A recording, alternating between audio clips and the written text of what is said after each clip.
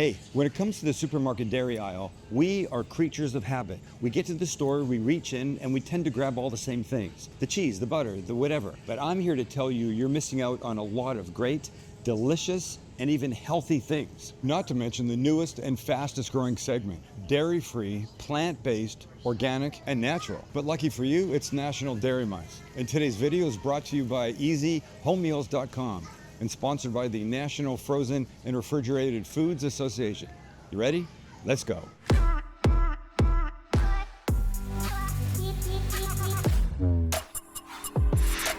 And before we get going, now that I've been spending time in the dairy aisle, you can't help but notice what seems to be a plant-based revolution taking over the dairy aisle. Plant-based milk, oat milk, coconut milk, soy milk is the largest segment of the plant-based category at retail. What does that mean? That means if you're not drinking plant-based milk now, oh baby, you will, because it's coming for you. And it's very good. Okay, should we get going? Let's start with, oh, did I tell you? We're doing 10 things today. 10 things out of the dairy aisle. Let's start with some breakfast items. Well, it's a glorious day and we're starting with cheesy hash brown waffles. These are gonna be great. Couple eggs, easier to beat them now before you put the rest of the stuff in. And the rest of the stuff will become a little garlic powder, a little onion powder, a little smoked paprika. Look, these are kind of optional. You can do what you want. If you don't like any of these, you can leave them out. Salt and pepper. And now the hash browns, 2 more things. Some shredded cheese, and I'm gonna throw in some green onion. Diced, just the really bright green part, and mix. And when it's mixed beautifully, get your waffle maker. Here's what we do. We open up one side. Oh, it's hot. And we spray it, there too. We take about half our mix, and in we go. This recipe, below by the way, will make 2 nice sized waffles. Close her up, lock it, flip it, rinse and repeat. She's locked, loaded, and ready to cook. Here we go. Who's ready to see? Ready. 1, 2, 3. Oh, snap. Look how pretty. Let me get this child out. Oh, you're gorgeous cheesy goodness. Oh, it's hot. No surprise. Over here. Jeez Louise. This is one of the prettiest things I've ever seen. Look at that guy. I mean, look at those guys. Look at that kid. Look at these beautiful edges. Oh, come to me, sweetheart. Wow, wow, wow. Look at, oh boy, it's hot. Why am I surprised? It's just been in a waffle maker for minutes. Oh, this bite. It's about this crispy bite.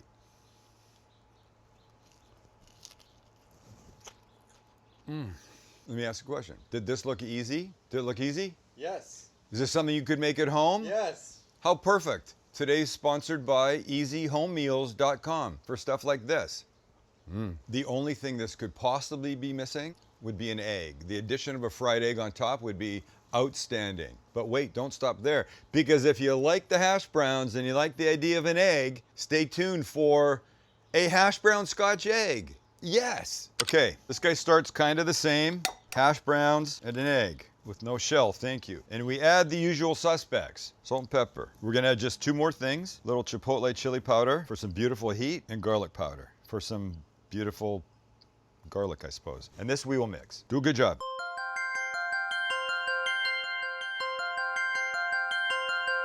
Separate that in 2 as evenly as you can. Now it's time for an egg. This is a beautiful soft-boiled egg. 6 minutes in about 1 inch of boiling water with the lid on. Take it out, peel it gently, and if you're careful, this is what you get. If you're not careful, this is the one Max peeled. If you're not careful, you get the one that I peeled, which is, I think I had a bad egg, I'm not sure, but which one do you want to use? Let me share a little tip with you. The reality is, we're gonna disguise it with the hash brown, so it doesn't matter, but we'll use Max's because it's prettier. So do this. In your hand, completely acceptable, put some of this. Now the egg, and now your goal is to very gently cover and get it nice and round. Get it nice and oval. What's an egg shape? Okay, you're gonna take a piece of cling film, you put your prize inside of it, and then you do this. Gentle, gentle, gentle. Up come the sides, all the way around. Fantastic. See what you're doing here? You're encasing it. And now, we go like this. This we'll put in the fridge for 30 minutes, just like that. Just let it sit on the little bow at the back. It'll seal it up. It'll help it stay in this shape when we cook it. See you in 30 minutes. It's been 30 minutes. Here's our little friend, and we're going in. Now, this guy gets 6 minutes of cooking. So if it sits halfway. You can turn it at the 3-minute mark. This is a little bit more than halfway. So I'll do some of this to it, baste it with the oil, give it a gentle turn after about a couple minutes because I want it to set. If you try and turn it at this early stage, it might come apart. It's fairly tender, like my heart. So just take your time, be gentle, and in 6 minutes, you will be rewarded. And we flip. Oh yeah, doing everything it's supposed to do.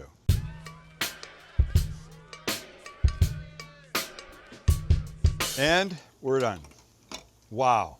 Oh, listen, it's warm. Give them a second. Take it out and we'll have them. It's like something from the Neanderthal age, isn't it? Wow. Tell me who's ready. I'm ready. Oh my God. Look how pretty. Hey, buddy. You ever seen anything prettier than that? All right, so here's the move. Ready? A little salt and pepper, make it better. And just a little bit of parsley, whatever you've got. Oh, come on, let's have a bite of this guy. If somebody handed this to me and said, here's a little lunch for you. Go, where'd this come from? They say, the dairy aisle, it should be obvious. No, it came from my house. I made it for you. I'd be like, oh my.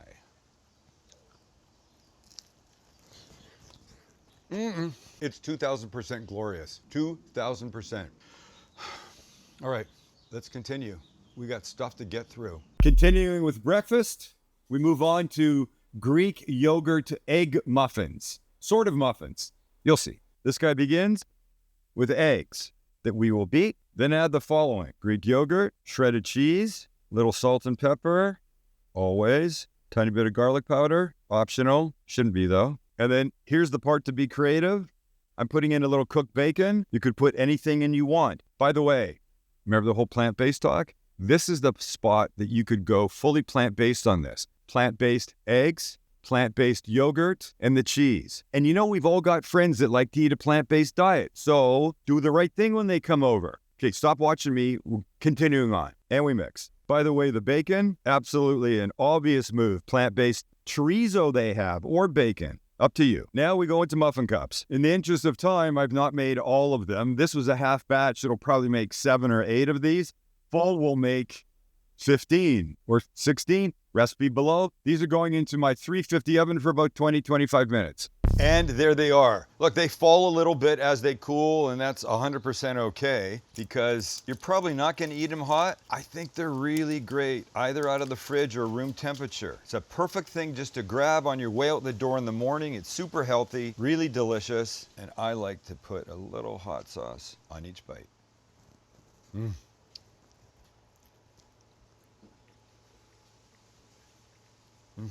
So good. Remember your plant-based options for these? You can do it. I mean, just do it. Whether you make them like this, whether you plant-based them, just do it. More stuff though. We're not stopping. We gotta go, we gotta go, we gotta go. All right, moving on. Get ready for your new favorite mushroom chicken soup that starts with, of all things, butter from the dairy aisle, of course. And by the way, if you've not noticed, there's all kinds of great different butters that are out there. European one, salted, no salt. Have a look. I think you'll like what you're seeing. And as it's melting, we add the following: mushrooms. Those are sliced cremini mushrooms, diced celery, and chopped onion. And these we will mix and get in the butter. We want to give this 5 minutes for everything to soften. It's just amazing what 3-4 little ingredients can do. No seasoning yet, no nothing. Next, move in some garlic. Oh, that was a big clove. And a little thyme. Mix again. And when the garlic is fragrant, after about a minute, we sprinkle with some flour, mix it in until it's gone. Give it about a minute to get rid of the raw flour taste.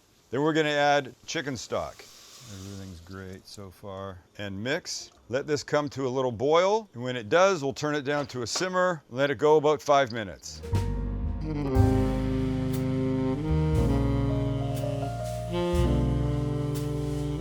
Here comes another dairy aisle addition, cream cheese. You want to put cream cheese in that's not ice cold. Room temperature is good, but even better if you take it and give it about 15-20 seconds in the microwave. That way it'll melt beautifully. Now batting for the dairy aisle, it's cream cheese. Now this you want to stir constantly until it's fully mixed in. And if you're looking at this thinking, what's a little cream cheese gonna do, Sam? Oh, it's gonna add a richness and a silkiness like you just won't believe. Don't doubt, please, just trust me. This is going very nicely. We're coming to the end, and when the cream cheese has done its thing, melting, we're gonna add some shredded Monterey Jack cheese. Same thing, wait for that to melt away. Chicken mushroom soup with cream cheese from the dairy aisle. There's only one thing missing now, boys. Who knows what it is? Chicken! Remember? Chicken and mushroom soup. And I have some deli roasted chicken already shredded. I'll just break apart a little bit more. Oh my goodness. Oh my goodness. The only thing to do now is let the chicken heat through and we can serve. Conserve what? That's funny. Oh, I forgot. We haven't seasoned it. Salt and pepper. This is the perfect time to do it anyway, he said, hoping no one would notice. Look at this. And we forgot one other thing. My bad. Tablespoon of soy. Good thing we conserved it. There we go. Now everything's happened the right way. See, it just boosts the color a little bit, but also just adds that little extra umami kick. All right, I say we're there. Let's get a bowl and try some. And we serve. Oh, see how rich and beautiful this is? Here we go. And only two things to finish it. All right, here we go. One's gonna be just a little parsley, of course. And I like fresh ground black pepper. Hello, beautiful. Welcome to the dairy aisle. And oh, God, the smell. I know it looks beautiful, but the smell, oh, from here. I have to have a mushroom. I have to. It would be wrong not to have a mushroom when you have mushroom soup. So excited.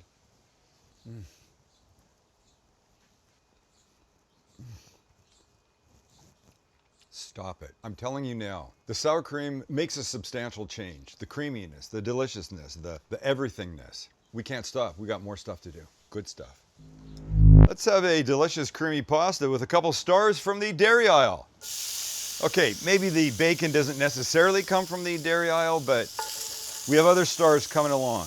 And I like the thick cut. It's a nice change up. And while that begins, let's add one of its best friends, some diced onion. These guys are gonna get about, I don't know, 5-6 minutes for the onions to soften and the bacon to start to cook. Once again, the plant-based options can absolutely help you take this from not plant-based to plant-based for you or your friends or family. Bacon can be substituted by plant-based bacon, soy riso, all kinds of things. You just have to go to the aisle and start looking. Don't just grab the same stuff all the time. I'm gonna use half and half. There's plant-based milk options that mixed with a little flour in here will get you that beautiful, thick, creamy consistency that you're looking for. I'm using Parmesan cheese in this. You could use either a dairy-free cheese or you could use nutritional yeast. It's a nice stand-in for Parmesan. The point is, there's all kinds of things that you could do and enjoy it and be happy about it and feel good about yourself. You get me?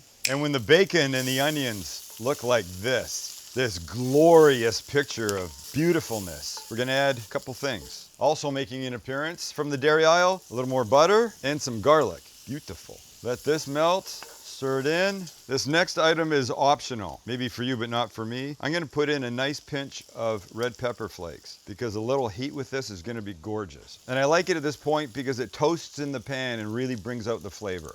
Okay, let's add our half and half. And it looks like this. Over the next couple minutes, this will begin to thicken. We're gonna help it with some cheese in a minute, but just let this simmer away. My pasta is boiling away beside me. Yours should be too, if you're following along. We're getting close. Pasta's almost ready, but now it's time for some Parmesan. I'd like to wake up to the smell of that. Fantastic. Oh boy. Now, if you're looking at it thinking, Sam, it's not nearly thick enough yet for the way you'd want it, well, you can cook it more, but don't forget pasta's going in and the pasta's gonna help thicken the whole thing. And by the way, it's time to add something to our pasta. Watch this. The pasta's got about a minute left, and this is the perfect time to add some frozen peas. They'll finish along with the pasta and be perfect to add to our sauce. 1 minute and we're there. I'll bring this close. And using my spider, drain most of the water. A little pasta water. It's not gonna be a bad thing in this. Everybody goes in, a couple more, and we're there. Now we can mix. Perfecto. So this is just where I would like it. The only other thing it needs is a little more Parmesan, but I'll do that when it's on the plate. So let's do that. And we're in. That's what I wanted this to be. Okay, great, great. And one more, like that. And of course, the promised cheese. And because I can't help myself, A few cracks of pepper. Et voila! That's pretty, huh? Not to mention 3 participants from the dairy aisle. Well, we can stare and look at it, or we can eat it. Oh boy, that's like a perfect bite. Little bacon, some peas, and a little pasta. You know, this pea bacon thing is perfect combination. Creaminess from the half and half, which by the way, less calories than using heavy cream. So think about it. It's all good, but we can't stop here. We have so much more to do. Ready, lads? Ready. On we go. Next up, might be one of my favorites of the day. We'll call this lunch, and we're making empanadas with cottage cheese. I know it seems weird, but it won't be when you see it finished. Only add a few things to this. A little salt and pepper, always. Baby bit of garlic powder. Not always, but I like it. And now, our herbs. Diced green onion, diced chopped dill, and some parsley. That little triumvirate will make anything good. This, outstanding. It's gonna be a flavor punch in the mouth when you eat it, and that sounds bad. I take that back. But now, you just can't have it like this. So here's what we've got. Recognize this?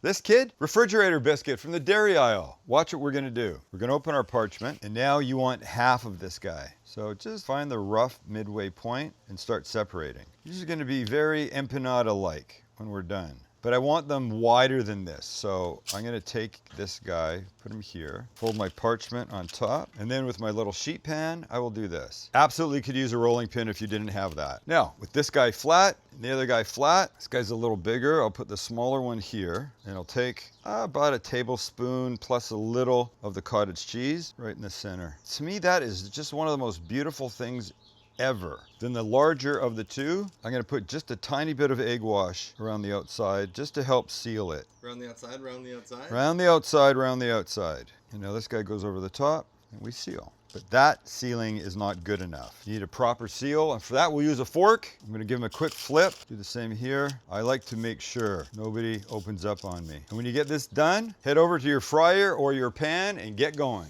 My oil is about 350. Gently, gently, and in we go. He's gonna rise a bit. We're gonna give him a minute and a half on this side, a minute and a half on the other side, and we're done.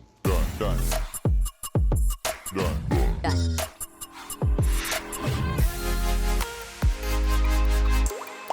All right, we're at the halfway point. Let's give him a little flip. That is as pretty as it could be. Now just let it go. Another minute and a half, and we're out. And when your friend is beautiful like this, a little splash of love, take him out, let him drip, and then we try him. And doop. It's fantastic. Let's not cut it. It's too beautiful the way it is. Ah, that savory, herby goodness inside. Love that sound. Hello, handsome. This is Cheater Empanada 101, courtesy of the refrigerated biscuits from the dairy aisle. Look at that. Come on now. Has there ever been anything more beautiful than that? Nope. Look what we're dealing with.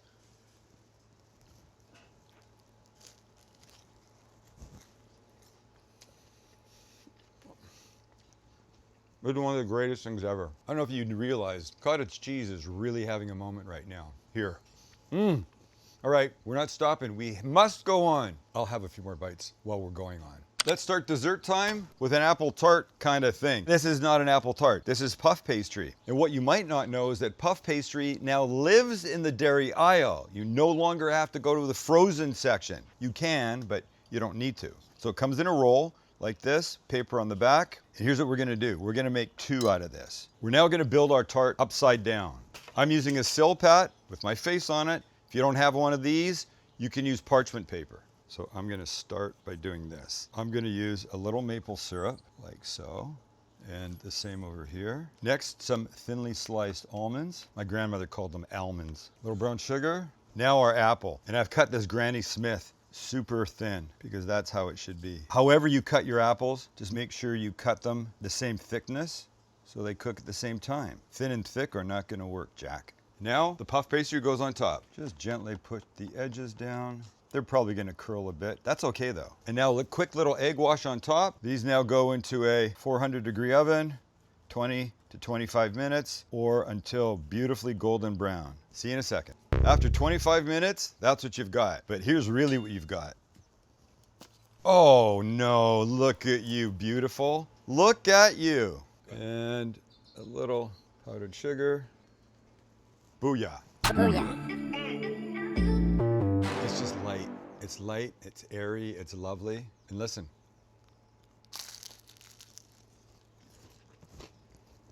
I'm sorry.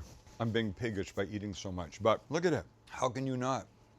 Back in the day, you'd have to go to the freezer, get the puff pastry, wait 45 minutes to an hour. Now, dairy aisle, it's there. And we're moving on. Ready for another dessert. These are refrigerator biscuits. We've already used them. Not these ones, but we've used refrigerator biscuits. Cut up into 6 pieces each. We're gonna add sugar, and you would normally add cinnamon, but I go in a little different direction and I add 5-spice powder.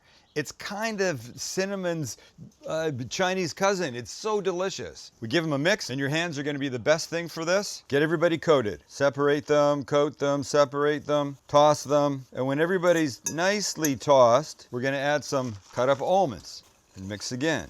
These guys we now take and put in a buttered ramekin dish. Put a few in each. So we're just gonna do 8 of them. Now we come along with melted butter and brown sugar and drizzle over the top.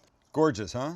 Take some of your remaining nuts with a little of the sugar and the 5-spice, scatter over the top. And these guys, remember when I said I was only gonna make 8 of them? Apparently I only made 7, I wasn't even thinking. These guys now go into a 350 oven for about 15 minutes until they're beautiful, puffy, and ready. And that's what 20 minutes later looks like. You know, I'll tell you something. Monkey bread is usually made in a large bundt pan, and everybody's pulling at it. It's called pull apart. I get it. But the fact that you can have your own individual one makes me super happy. Check this out.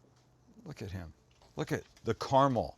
Yes, sugar and butter makes caramel. You've made caramel, and you probably didn't even know it. How beautiful that is. Put His Majesty down. Oh, is that the sweetest thing ever? Your guests are gonna go crazy. It's perfect. It's absolutely perfect. 5 sections make this up. And then you can still pull apart because you can, because that's how we see the steam.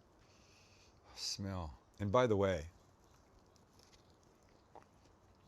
it's all about the 5-spice. Goodbye, cinnamon. Cinnamon who? Your guests will be like, wait, what's going on here? There's something I don't expect. It's amazing. It's fantastic. I don't get the flavor profile. Go, don't worry about it. It's just good. Just keep eating. All right, it's time for maybe the most refreshing dessert you're ever gonna have. It's called a granita. It's kind of an icy thing. Typically made by putting the liquids that you're using, I'll tell you what we're using in a second, in a pan and letting it freeze about an hour. Then you take a fork and you scrape the top like this, like this, like this. You end up with like a layer of snow. Put it back in the freezer. Leave the snow on top, put it back in the freezer, come back in another half an hour, scrape some more. You continue to do this. Then after about, 4 hours of scraping and scraping and scraping and scraping, you've got a nice little dessert. Or you can do what we're gonna do. We're gonna use a silicone ice cube tray. Regular ice cube tray would work perfectly. Gonna combine our liquids, put them in here. Bob's gonna be your uncle. Watch. So we're using cold brew, ready brew in the dairy aisle. And I'm gonna go with about a cup and a half. I'm using unsweetened. Use sweetened if you like. And we'll add to that about a half a cup of your favorite creamer. And now, all we have to do is give it one stir, and now we can pour. Back comes our tray on something sturdy because it's gonna be wobbly if it's this kind of tray, if it's silicone, and we pour. You get the idea, right? Just go till you're done. And when you're done, this kid, into the freezer. 3.5 hours should do it. There we are. Look at them. Pop one out. Trust me, 100 times easier than the scraping method. Right, here's what we do. Processor. So you take as many as you want, you just drop them in. I smell the coffee from here. Lid goes on. Somebody say contact. Contact. Ready. Done. Look at what you've got. It's amazing. Apparently I'm easily entertained. But now you come along with this beautifulness into a nice glass. A martini glass would be lovely. There you go. Oh, drop it. And if it wasn't obvious, use decaf if the caffeine's a problem. It's not a problem for me. Oh my God.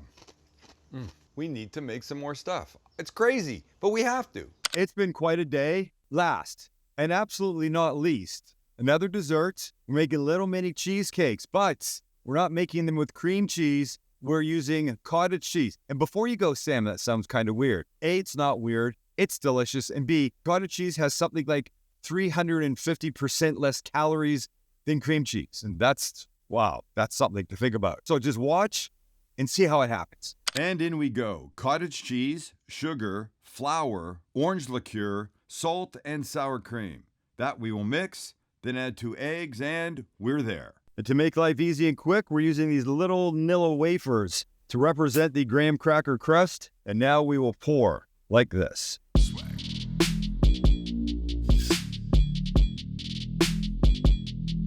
My oven's at 325 degrees. These little guys are going in for 35 to 40 minutes, and then we eat them. Remember the cheesecakes? Well, there they are. They've cooled, and they are spectacular. So let's take one. Let me show you what I like to do. Of course, you peel it. They're real and they're spectacular. They're real and they're spectacular. And yes, you could eat it plain like this, and it would be really good. It'd be delicious. But I like to take just a little jam on the top, like that.